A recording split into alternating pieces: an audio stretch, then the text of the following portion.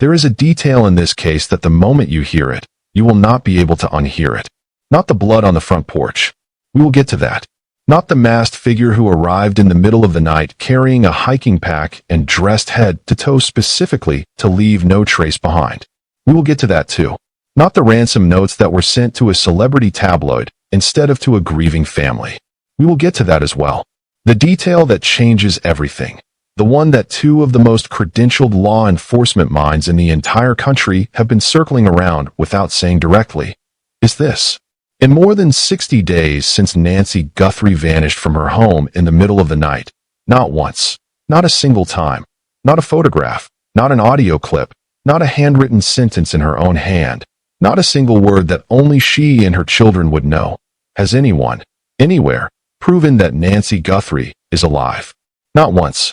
You have been told this is a kidnapping. Law enforcement investigated it as a kidnapping.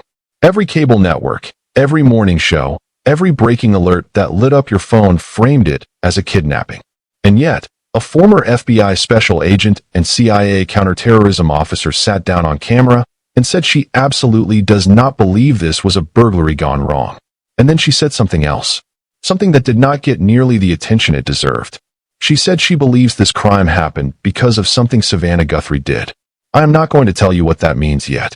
Because to understand it, to really understand it, you need to walk through the same evidence she walked through. You need to feel the same cold logic that led her to that conclusion. And then I am going to show you what one of CNN's most decorated law enforcement analysts said on the record. A man who spent years running counterterrorism for the New York City Police Department at the deputy commissioner level. A man who said this case may have been, his word, re-engineered into a kidnapping after something went terribly, irrevocably wrong. Two independent experts. Two different analytical frameworks. One conclusion that neither of them is saying directly. Nancy Guthrie may never have been kidnapped at all. Before we go any further, drop a comment right now and tell me where in the world you are watching this from, and what time is it over there as you are watching. I read every single one. And if this case has your attention the way it has mine, hit that like button right now, share this video with someone who needs to hear this story, and make sure you are subscribed to this channel with the notification bell turned all the way on. Every view, every share, and every subscriber tells the algorithm that stories like Nancy's deserve to be heard. Now let's get into it.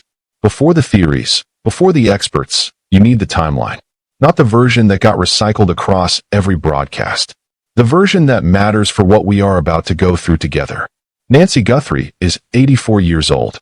She is the mother of Savannah Guthrie, co-anchor of NBC's Today Show since 2012, moderator of presidential debates, one of the most recognizable journalists in America. Nancy lives in the Catalina foothills, a secluded neighborhood on the outer edge of Tucson, Arizona. Limited street-facing surveillance. Sparse traffic at night. A local ordinance in that area actually restricts how much outdoor lighting residents are permitted to have. Security cameras in that environment, in that level of darkness, are not built to capture clean footage. On the evening of January the 31st, a Saturday, Nancy attended a family dinner at her daughter Annie's home. She had taken a rideshare to get there. Investigators tracked down and interviewed that driver. After dinner, she was dropped off at her own home by a family member at 9:48 in the evening. The garage door opened. 2 minutes later, it closed. She was inside. She had limited mobility. She required daily medication for a serious heart condition. She had a pacemaker. And she lived alone.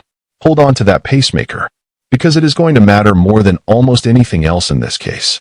Sometime in the overnight hours, crossing from January the 31st into the early morning of February the 1st, something happened at that house. At 1:47 in the morning, the doorbell camera went offline.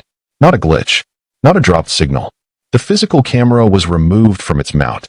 Footage was later recovered by the FBI and their private sector partners from residual data buried in back-end systems.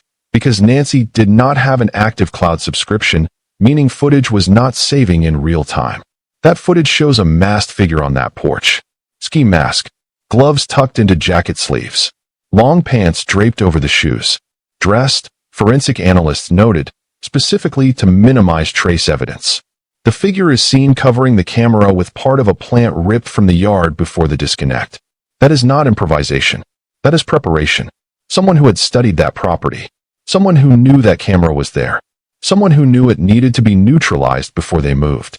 At 2:12 in the morning, 25 minutes after the camera went dark, software on one of her other cameras registered a motion detection event. There is no video. The device had no subscription, no recording capability. And here is the detail that Sheriff Chris Nanos himself said publicly, a detail that almost nobody focused on. He said the motion detected at 2:12 in the morning could have been a person. He also said it may have been an animal. There is no video. There is no way to confirm what triggered that sensor. That ambiguity sits at the center of this case, and it has never been resolved. 16 minutes after that, at 2:28 in the morning, Nancy Guthrie's pacemaker app disconnected from her phone. That device was transmitting her cardiac data wirelessly via Bluetooth to a relay on her phone, and from there to her medical team. When it goes silent at 2:28, that is one of two things. Either Nancy was moved far enough from her phone that the Bluetooth connection, which has a range of only 10 to 15 feet, broke, or something happened to Nancy herself. Either way, the physics of that technology tell us this. Whatever happened in that house was complete by 2:28 in the morning. Her phone was found at the residence. Investigators confirmed that. And here is what investigators later turned to in desperation. A technology called a signal sniffer. A device mounted on a helicopter designed to detect the low-power Bluetooth signal that a pacemaker emits every 2 to 3 minutes. Even when separated from its paired phone, Nancy's pacemaker has 6 or 7 years of battery life remaining. It is still potentially transmitting somewhere. A former NSA specialist who helped develop the signal sniffer technology told CBS News they attempted to use it over the search area. A George Mason University cybersecurity professor described the effort as looking for a small object in your backyard with a microscope. You have to be right on top of it at exactly the right moment. They have not found her.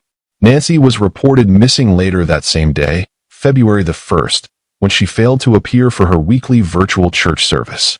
Her family checked on her at 11:56 in the morning.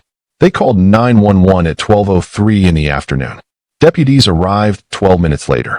On the front porch, they found blood, confirmed by DNA testing as Nancy Guthrie's blood. In the weeks that followed, that detail became background noise, a line item in daily updates. But it is not a line item. A woman's blood on her own front porch in the middle of the night is the beginning of a story. And it is the story we are going to tell today. Let me ask you something simple. If you took someone, if you had them somewhere alive and you wanted money, who would you contact? The answer is obvious. You contact the family privately. You create a channel. You give them a way to reach you. A way to verify you have who you claim to have. A way to pay you. You keep it contained. Because exposure is your enemy. The moment law enforcement closes in, your leverage disappears. That is how Kidnap for Ransom operates. That is how it has worked, documented in every country where it functions as an industry. And it does function as an industry. That is not what happened here.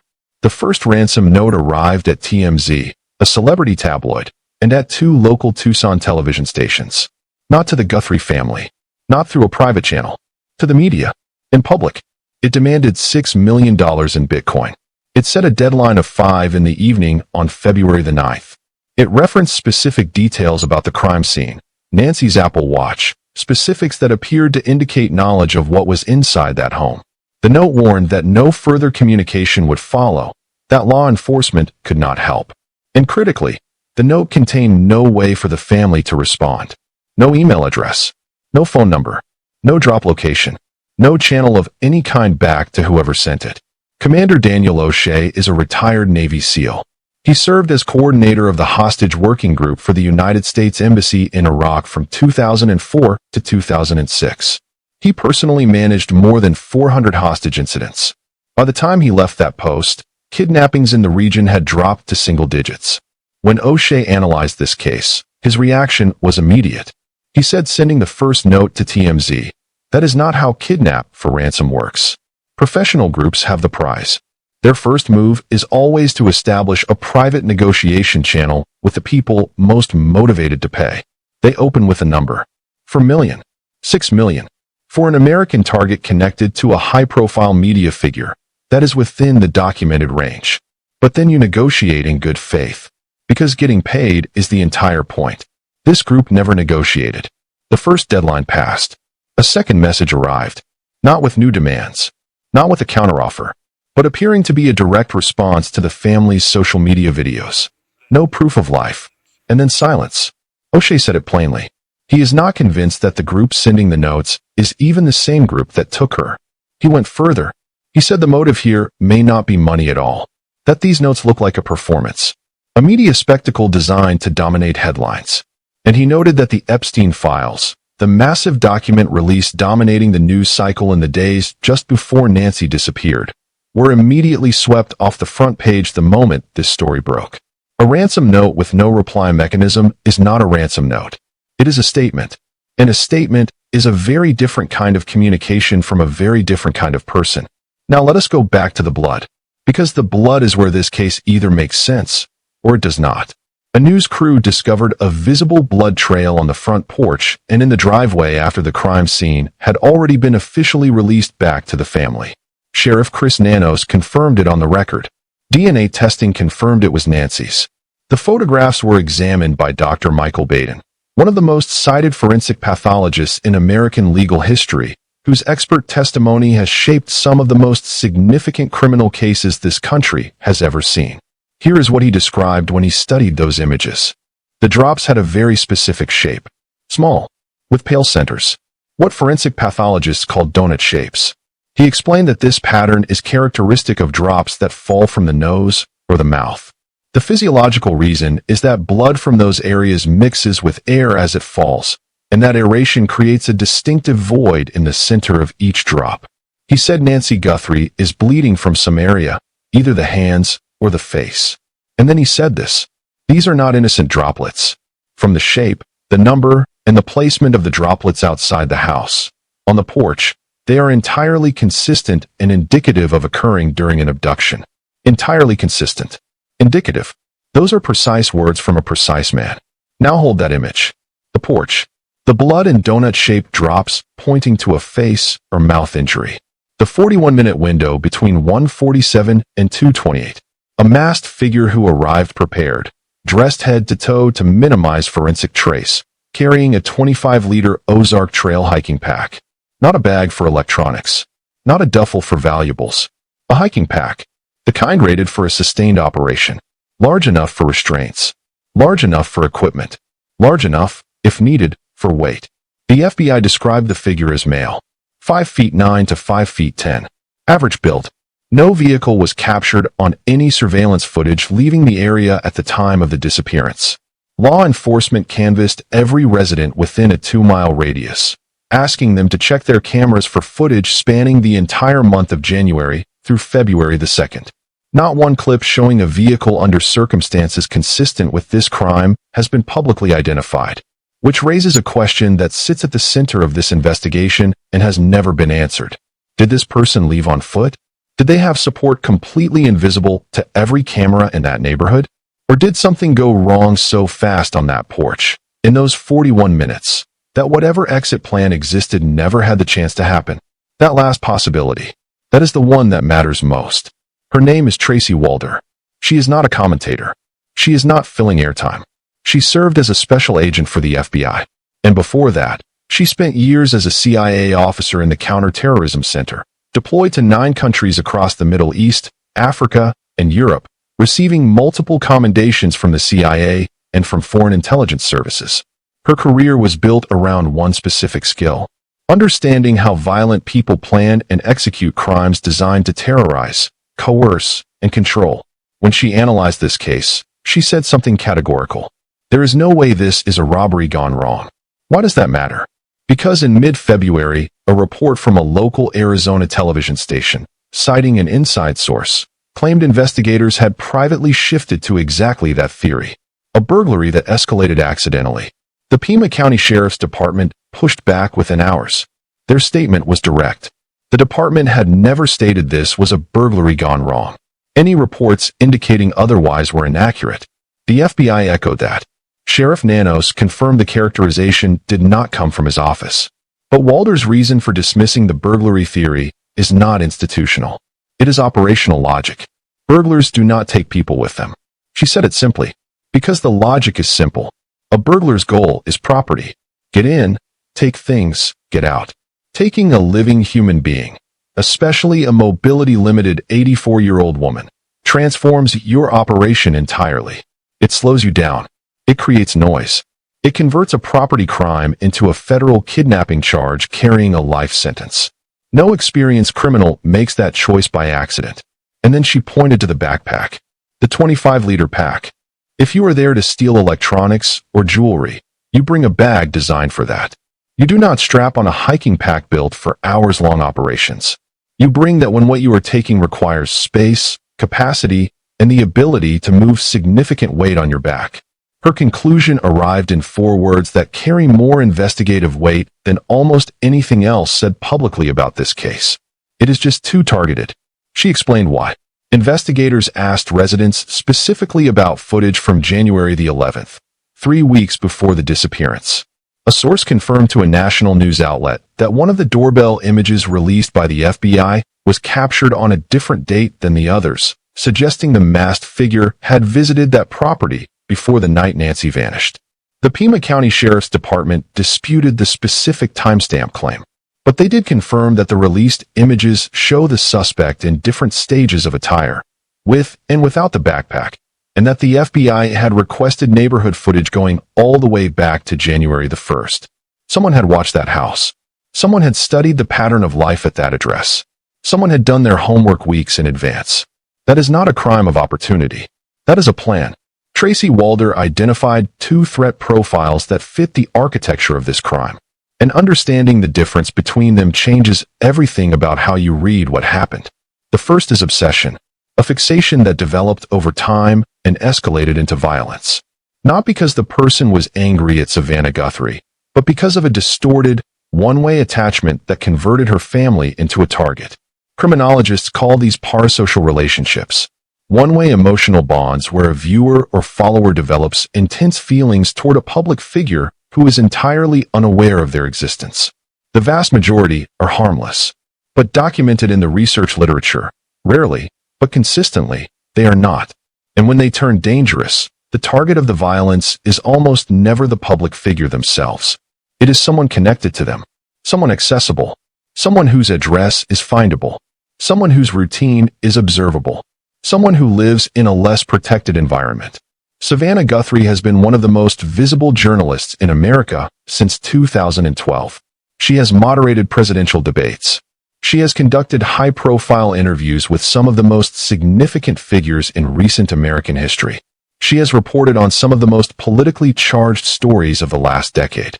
And she has spoken warmly and publicly about her mother for years. Nancy appeared on the Today Show. She was a documented, visible presence in Savannah's public life. Her home was not a secret. The second profile is retaliation.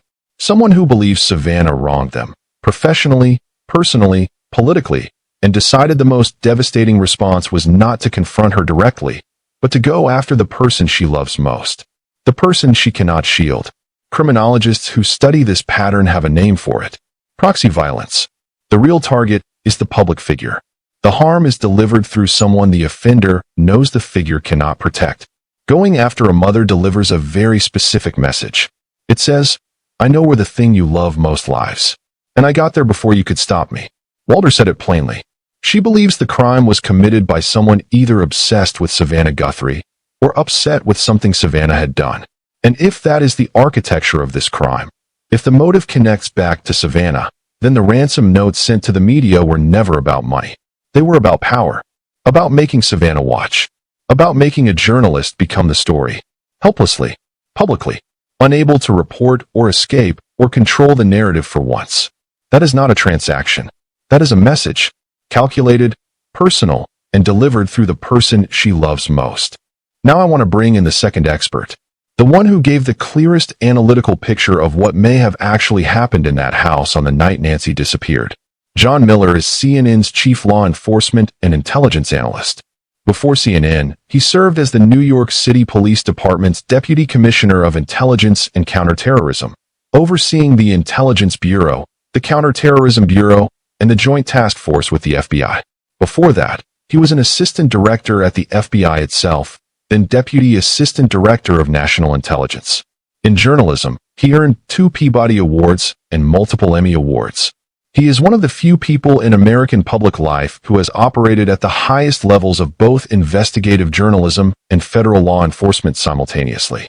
At the 1-month mark of this investigation, Miller published a detailed analytical breakdown. And in it, he said what I believe is the single most important thing anyone has said publicly about this case. Here it is, exactly as he said it. There is always the possibility that this was some kind of planned home invasion that went completely sideways and was re-engineered into being a kidnap for ransom because the suspect's opportunities had shifted. Let us go through that sentence carefully, because every single word is doing work. Planned home invasion, not a burglary. A home invasion, a crime where the target is the home and the person inside it. The resident is part of the plan, as a witness, as someone to control, as a target whose presence was anticipated and accounted for. Went completely sideways. Not slightly. Not partially. Completely. Whatever that masked figure came to Nancy Guthrie's home to accomplish on the night of January the 31st, it did not survive contact with what actually happened on that porch. Re-engineered. This is the word that reshapes everything. The crime changed shape after the fact. The plan that was ultimately presented, the ransom notes, the Bitcoin address, the media strategy, was not the original plan. Someone had to improvise. Someone stood in the aftermath of what had already happened and made a decision under extreme stress about how to explain it, how to cover it. Because the suspect's opportunities had shifted. What they came to do was no longer possible. What they needed to do to protect themselves was different from the plan they had made. And then Miller said this. The key denominator here is the blood outside the front door, which offers a strong suggestion that whatever type of crime it started as, things began to go wrong very quickly. The blood is the denominator, the fixed point. Everything else, the notes, the demands, the silence, the disappearance, all of it has to be understood in relationship to that front porch. In those 41 minutes, whatever the plan was, it collapsed there. Think through what that means for everything that followed.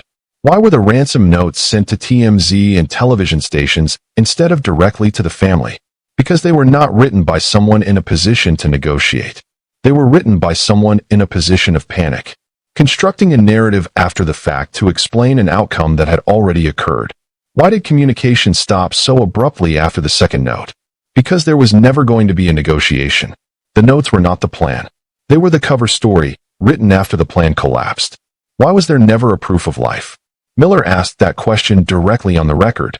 Could someone come up with a ransom note to disguise a home invasion where the victim may have been seriously injured to salvage their crime? Salvage their crime. The crime went wrong, and the ransom notes were an attempt to convert a disaster into a transaction, to give law enforcement a living hostage to chase, instead of what may have actually happened on that porch in the 41 minutes nobody can fully account for. There is one more layer of this case that cannot be ignored. An insider within the law enforcement community, speaking to a national news outlet under condition of anonymity, said the Pima County Sheriff's team assigned to this investigation was not made up of experienced homicide investigators. The supervisor of the homicide unit, according to this source, had never investigated a homicide before being placed in charge of this one. Early decisions made when officers initially treated the situation as a possible case of an elderly woman who had simply wandered away affected how that property was handled in the first critical hours. Hours that cannot be recaptured. Evidence that degrades. Forensic windows that close and never reopen. The FBI command post has since relocated from Tucson to Phoenix. Miller addressed that directly and publicly. He said this is nowhere near a cold case. The relocation reflects the transition from emergency phase response to long-form investigative work. There are still investigators working leads they are not finished with. He confirmed the $1 million family reward was deliberately withheld as strategy, deployed at the precise moment it would generate the most actionable tips, after the initial flood of early coverage had ebbed. That timing was intentional, coordinated between the family and law enforcement. The DNA work is the long-term hope. Investigators are pursuing familial DNA testing, genetic genealogy, the same methodology that identified the suspect in the Idaho student murders. Even if the suspect's own profile is not in any database, a cousin, an uncle, a distant relative, maybe. That search takes time. It can take months. It has worked before when nothing else did. 2 men were briefly detained for questioning in the early weeks.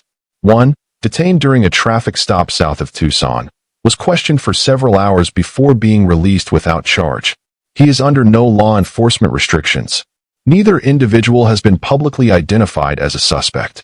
The Pima County Sheriff confirmed that all members of Nancy Guthrie's immediate family, including siblings and their spouses, have been formally cleared. Let me bring this together. You came into this video knowing the broad outline of this case.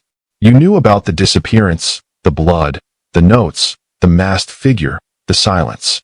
What I have tried to show you today is what 3 of the most credentialed law enforcement voices covering this case are actually saying. When you take their words apart carefully, when you place them next to the physical evidence, and when you stop filtering them through the kidnapping narrative that locked early coverage in place from the very first day. Tracy Walder, former CIA counterterrorism officer and FBI special agent, says this crime is too targeted to be random. Not a burglary, not opportunistic. Someone who had specific knowledge of Savannah Guthrie's world chose this house and this woman deliberately, after what appears to be weeks of surveillance, either out of a dangerous obsession or out of something that looks, in cold analytical terms, like calculated retaliation. John Miller, former NYPD Deputy Commissioner of Intelligence and Counterterrorism, former FBI Assistant Director, says the blood is the denominator. The blood tells us the crime went wrong before whatever plan existed could be carried out. And what followed, the notes, the demands, the silence, may have been constructed not to recover Nancy, but to cover what was done to her. Commander Daniel O'Shea, retired Navy SEAL, former coordinator of the United States Embassy Hostage Working Group in Iraq, manager of more than 400 hostage incidents, says this does not behave like any kidnap for ransom he has ever seen. No private channel, no proof of life, no good faith negotiation, notes sent to the press instead of the family. He said he would strongly advise against paying, because he does not believe the people sending those notes have Nancy to give back. None of them said Nancy Guthrie is dead. I am not saying it either. And I want to say that clearly, because behind all of this analysis, there is a family. Savannah, Cameron, Annie, people who stood in front of cameras and begged, who have offered everything they have, who are still waiting. What I am saying is this. The theory the early coverage locked onto, that a kidnapper took Nancy alive and is holding her for ransom, has in the expert community quietly stopped being the dominant frame. What is replacing it is harder, and it starts with the question Tracy Walder was willing to ask out loud. Who had a reason to hurt Savannah Guthrie badly enough to go after her mother? That question does not have a public answer yet. But if the DNA work is moving the way John Miller says it is, if genetic genealogy is running, if the leads that have not been announced publicly are still being actively worked, that answer may be closer than anyone is saying. Nancy Guthrie deserves answers. Her family deserves them. And whoever stood on that porch at 1:47 in the morning, prepared, armed, and patient, is not finished being found. If you know anything at all, even something that seems too small to matter, the FBI tip line is 1-800-CALL-FBI. That number is in the description below. Please use it. If you are still watching this right now, thank you. That means this case has your attention, and Nancy's story deserves every second of it. Drop a comment below and tell me where in the world you are watching from and what time it is over there right now. Every single comment pushes this video to more people. Hit that like button, share this with someone who follows true crime, and subscribe to the Untold Cold Case with the notification bell turned on, because this investigation is still active, and every significant development, we will cover it together. This case is not over, and neither are we.